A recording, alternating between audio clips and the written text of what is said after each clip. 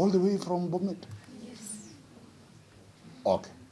Welcome, my name is Danstan Omari. I started teaching.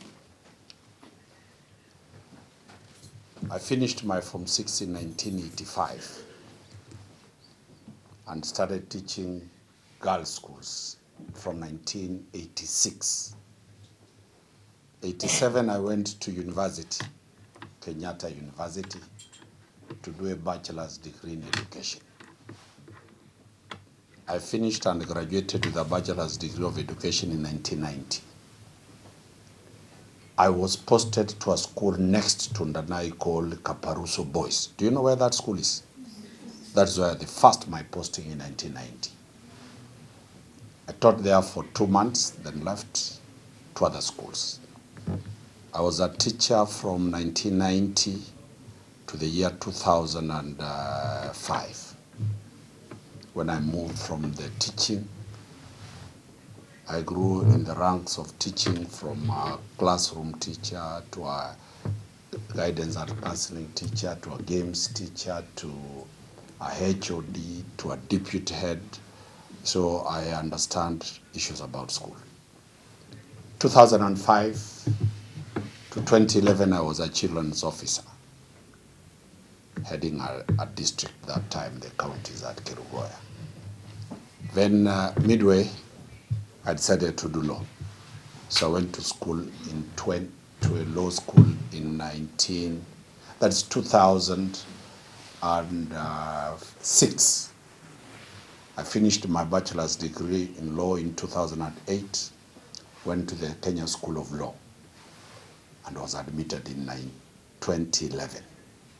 I've been a practicing advocate all through. So the questions, I will answer them simply for your benefit. 1, the judiciary is a third arm of government. There are 2 arms of government, 3 arms of government. There is the executive. The executive is headed by the president, his deputy president, members of the cabinet. Those are the people called mawaziri, cabinet ministers, PSS, and other people involved in government. Those are called the executive. Another arm of government is called the legislature, parliament. We have parliament that makes laws and checks what the executive is doing. Parliament, we have nowadays 2 parliaments. We have the Senate and we have which one? We have the National Assembly. Those people are elected by everybody. These people work for us to make laws. But one critical issue with these 2, they are like casuals. They must serve for 5 years, come back to the citizens for them to be re-elected. President Ruto was elected in 2022.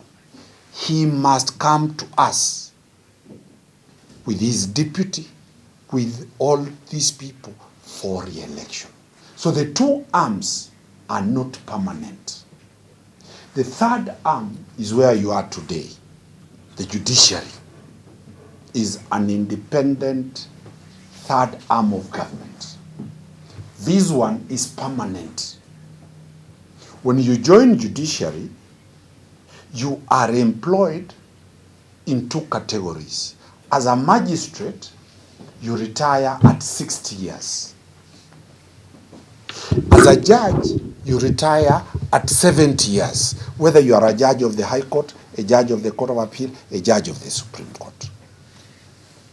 So that is the big difference between the other arms and the judiciary that you have come to. Number 2, the judiciary is structured in terms of courts and tribunals, not only the courts.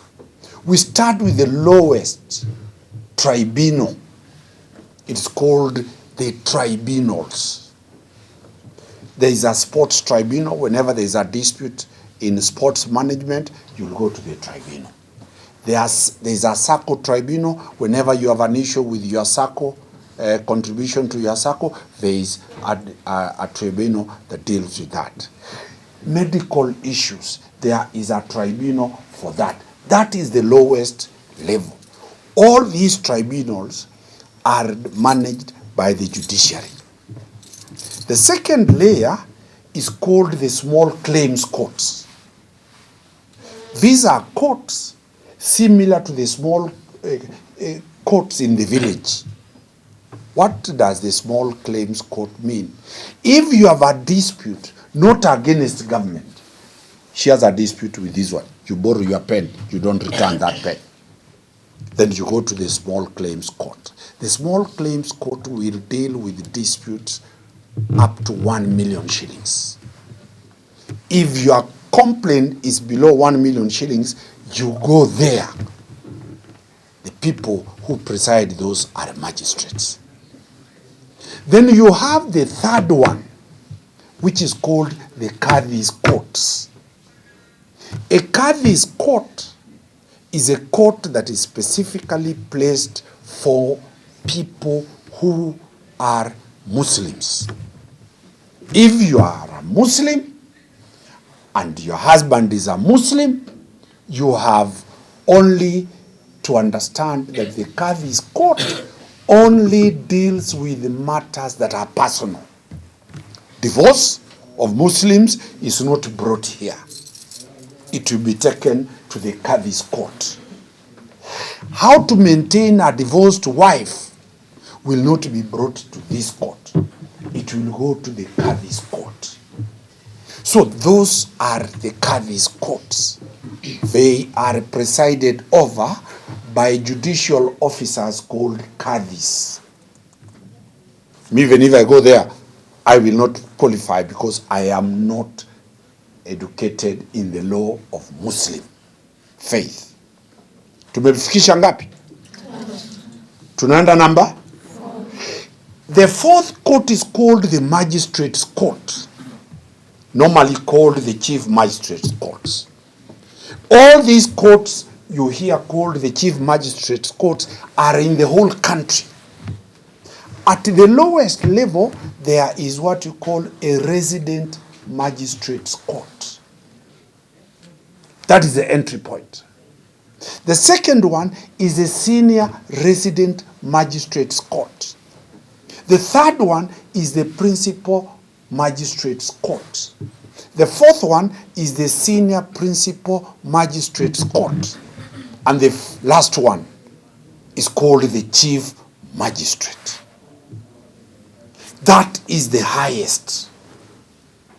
In Bomet, you'll get all these magistrates there, but the head of that station is called a chief magistrate. Cases that are heard in this court are all cases. Criminal matters, cases against each other, commercial cases, but they have what they call pecuniary jurisdiction. That is, they cannot hear matters above 20 million. If your dispute is 20 million and above, then you will now move to the High Court. Here where we are, sits a magistrate, a criminal magistrate.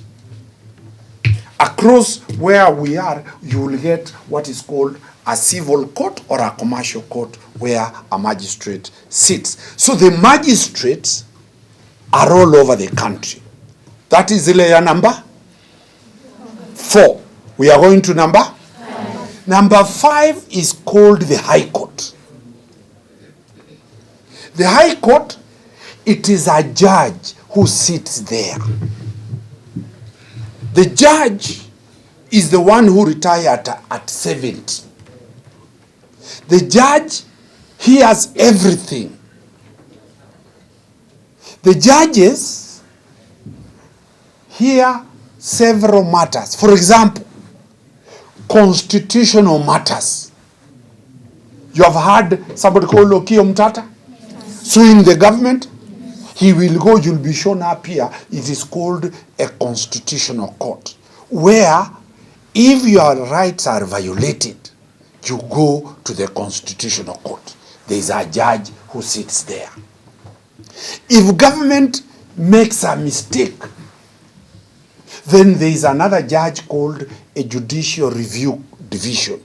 This is where decisions by government agencies, when a government agency has done a mistake, for example, the director of public prosecution or the DCI says, these girls here, we must arrest you and charge you because this hair, we don't like it. Wakil will rush to the judicial and say, hair is natural. So long as you are a girl, you will grow hair. So the court will say, government, you cannot do that. So there is a judicial review division. There is the criminal division. The criminal of the High Court, all murder trials. Anytime you will hear a murder trial, if the 16 girls who were arrested at Utumishi, they will be taken for murder trial. They will not come to a magistrate's court. They will go to the High Court before a judge. So murder trials, cases of overthrowing a government, they are called treason. If one wants to overthrow a government of a country, of Kenya, you will be taken to the High Court. So the High Court is the superior court. If it is about elections, MCAs, cases about MCAs when they'll be going for elections and they have an election petition, they'll go to a magistrate's court. If it is a member of parliament, if it is a governor, if it is a woman rep, then that question goes to the High Court.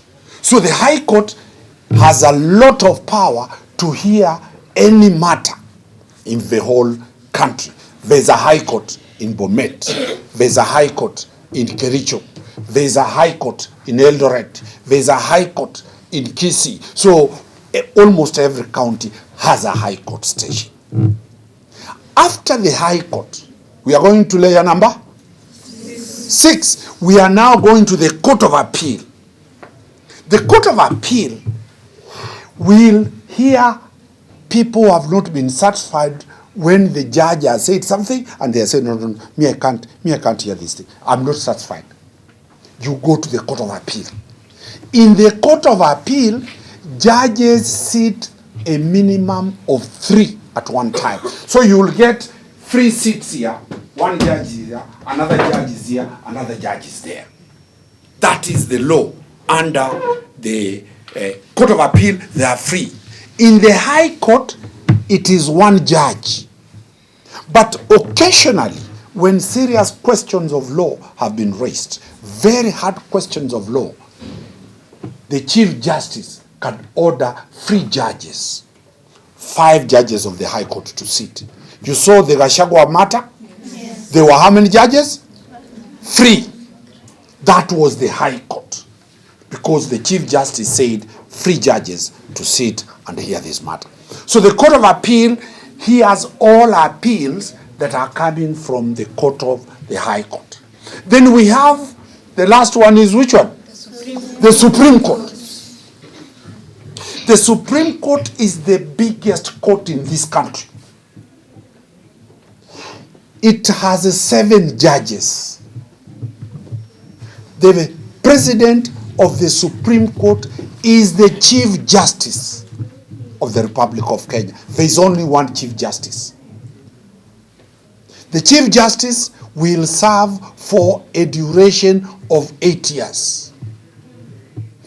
A term, and ends there. There is the Chief Justice, there is the Deputy Chief Justice, Philemona Mwilu. Then there are 5 judges. They retire at age 70. The Supreme Court's mandate, number 1, is to hear presidential election petitions. You saw Raila Odinga, when William Ruto was declared the president, Raila Odinga went to the Supreme Court. The court heard that matter. Within 14 days, they said Raila Odinga lost. And that is final. In 2027, if there will be a dispute about who won the elections of 2027, we will be going to the law society, to the Supreme Court. Equally serious national matters. For example, the question of gay, that's a serious public issue. The question about lesbianism, that is a serious issue. The question about mental health, those are serious matters that go to the Supreme Court. The final decision, whenever it comes from the Court of Supreme Court, that is final. That is the hierarchy of courts. Let me go to number 2. You asked me about education. How do you become a judge? How do you become an advocate? How do you become a DPP? The first entry requirement for you is to get a C+. If you have no C+, you cannot be allowed into a university to do law. So you must pass your exam. But Mwalimu told me there that you are above C+. Si ni ukweli? Yes. Yini ni watu wa what grade? A minus. Good. But now you must also have English or Kiswahili a B. You must have a B+ for you to be allowed to do law. So there is the mini grade and the qualification of English or Kiswahili B+. Yeah, upwards. You can get AA. You are bright for that. If you are poor in English, start working on English. If you are poor in Kiswahili, start working on Kiswahili. And also your general grade. After you have finished Form 4, you will apply to join a school of law, university. There are very many nowadays, everywhere. After you have joined, you will do 4 years. What is called, you will graduate with a degree called LLB. After 4 years, you will apply to go to the Kenya School of Law. The Kenya School of Law, you will do 1 year, a diploma in law. 1 year. After diploma in law, you will now be sent to an advocate's chamber, like my chambers. My offices are called chambers. You come for what is called pupillage. You'll do pupillage for 6 months. After you are finished, then you will apply to the Chief Justice for you to be admitted as an advocate of the High Court. The Chief Justice will admit you. The admission hall is just across here.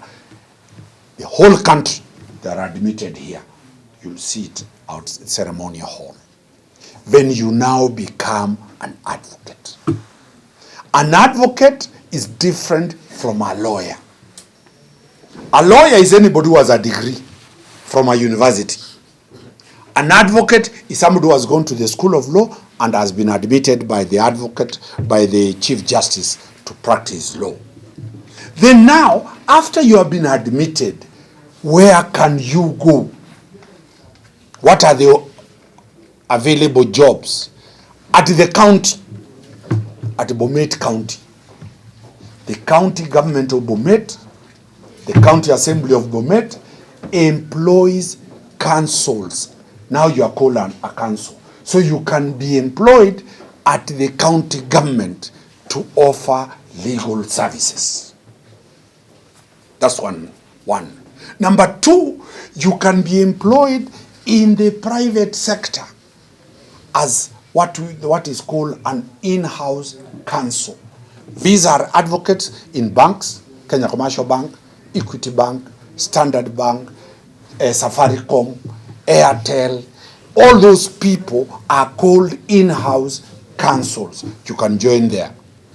Free, you can open your own practice like me.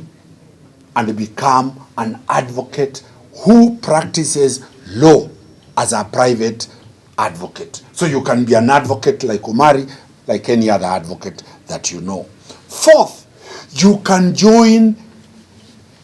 go to university, you finish bachelor's degree, you go to master's in law, you do PhD in law, you can also be a lecturer of law. So you can also become a lecturer of law, mwalimu wa sheria. Now, that aside, you can also join government. Those ones who are here today, you saw a person who was seated here or there called a prosecutor. Those are lawyers. They are employed by the office of the Director of Public Prosecution. So you can become a state counsel in the office of the Director of Public Prosecution. Then you will be, in Kiswahili wanawaita kiongozi wa nini? Wa mashtaka. You can also join the Attorney General's office. The Attorney General is the chief legal advisor to the government. So you join the Attorney General. The Attorney General's office has more than 4,000 advocates employed there. You work in the Attorney General's office. You can also join Parliament as a lawyer. Parliament employs lawyers. You can join parastatals, government parastatals. You can also join Public Service Commission. So there is a lot of areas for advocates. Lastly, you can also join the civil society. For example, my good girls here, my daughters can join FIDA and be advocates employed by FIDA. So you can also, if you are tired, you can join politics.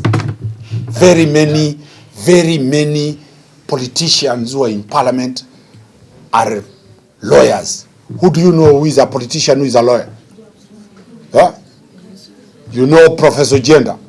He's a lawyer. You know Babu Wino? Yes. He's a lawyer. All those people are politicians. You know the governor of Nakuru, Governor Kika, she's a lawyer. So you can move anywhere where you are required to go. I have now explained the educational line to the top. I have explained the layers of the courts and differentiated the layers of the court. Let me allow you ask me questions because you are the ones who want to know. Ask me, how can you develop your personality?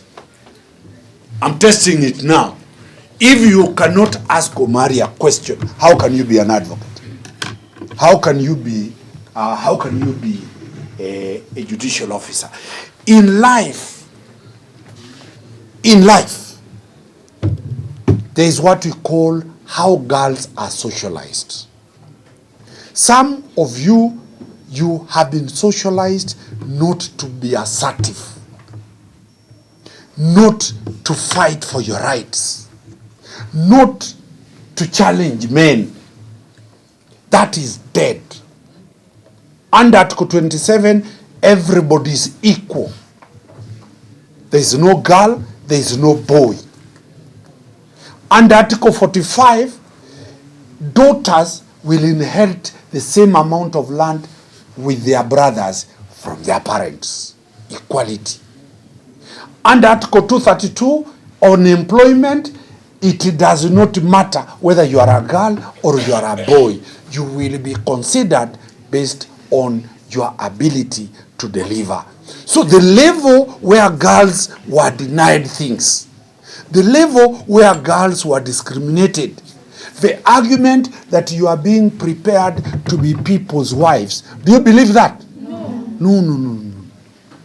You are being prepared to be a career person. Marriage is dead. My young girls, let me tell you the truth. There's no marriage. Con men will marry you. Con men will impregnate you and run away. The only thing that you will have is your brain. The only thing that you will keep earning from. I've seen madam teachers here. They are earning because of the degree they have to teach you. Anybody here, don't focus on these people here.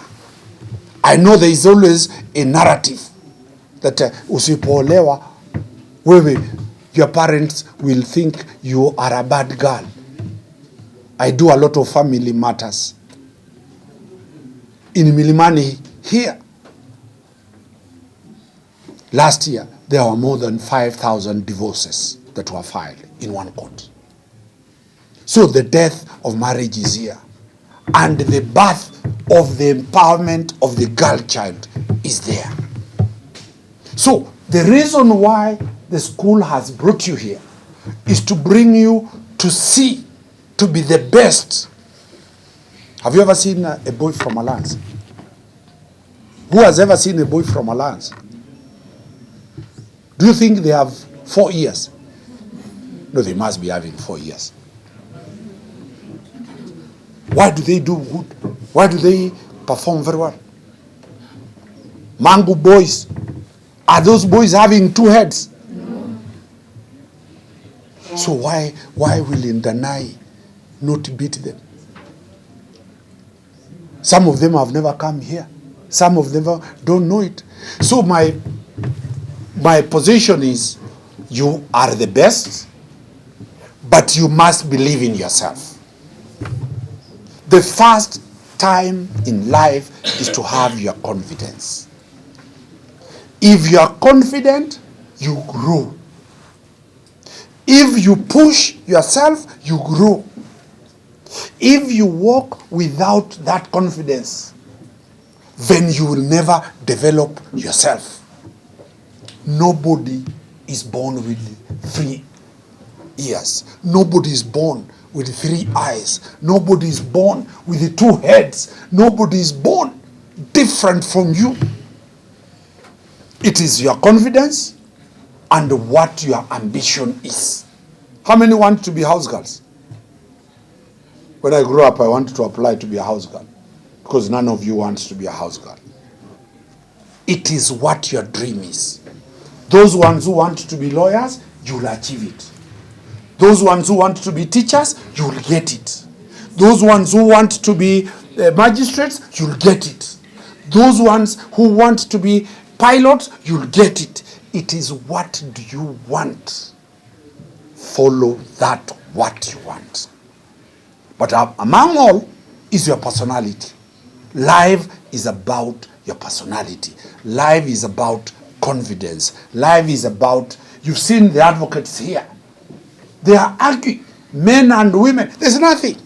The women lawyers are as tough as the men lawyers. The judges are both women and men. So let nobody cheat you that because you are a girl, you are a lesser mortal. You are equal. You can get whatever you want. And I've told you, the Chief Justice is a woman. The Deputy Chief Justice is a woman. So why can you tell me that you can't replace her when she retires? You have the capacity. Ndanai Girls High School has the teachers who can propel you there, and we wish you, for those who are candidates, all the best in your exam. Thank you. I will always monitor, have contacts of your teachers. I will always pray for you that work hard, because the world has opened for everybody. Isn't it? Yes. He has emphasized what we've been saying in the class. So we are really, really grateful for this time. And if you find time, we'll invite you to the school so that you can still come and talk to. I pass that road almost every weekend going home. Yeah, and from your talk, I've listened, and you're advocating for the culture. Yes. Yeah, you are a supporter for the culture. I think else you've heard that you are not a lesser person, isn't it? Yes. You've heard that the Chief Justice is a woman, isn't it? Yes. The Deputy Chief Justice is also a woman. So even you can brought to that far, isn't it? Yes. We've been seeing Danstan Omari from the TV, but today it has come to be a reality, isn't it? Yes. Are we motivated? Yes. We are now knowledgeable, isn't it? Yes. Concerning the judicial structure and the qualification for you to be a lawyer. You can as well differentiate between a lawyer and an advocate, isn't it? Yes. And I believe you are going now to be serious in class so that you qualify, isn't it? Yes. So I want to end there because we are rushing somewhere. I wish we had the whole day. Thank you. Understand.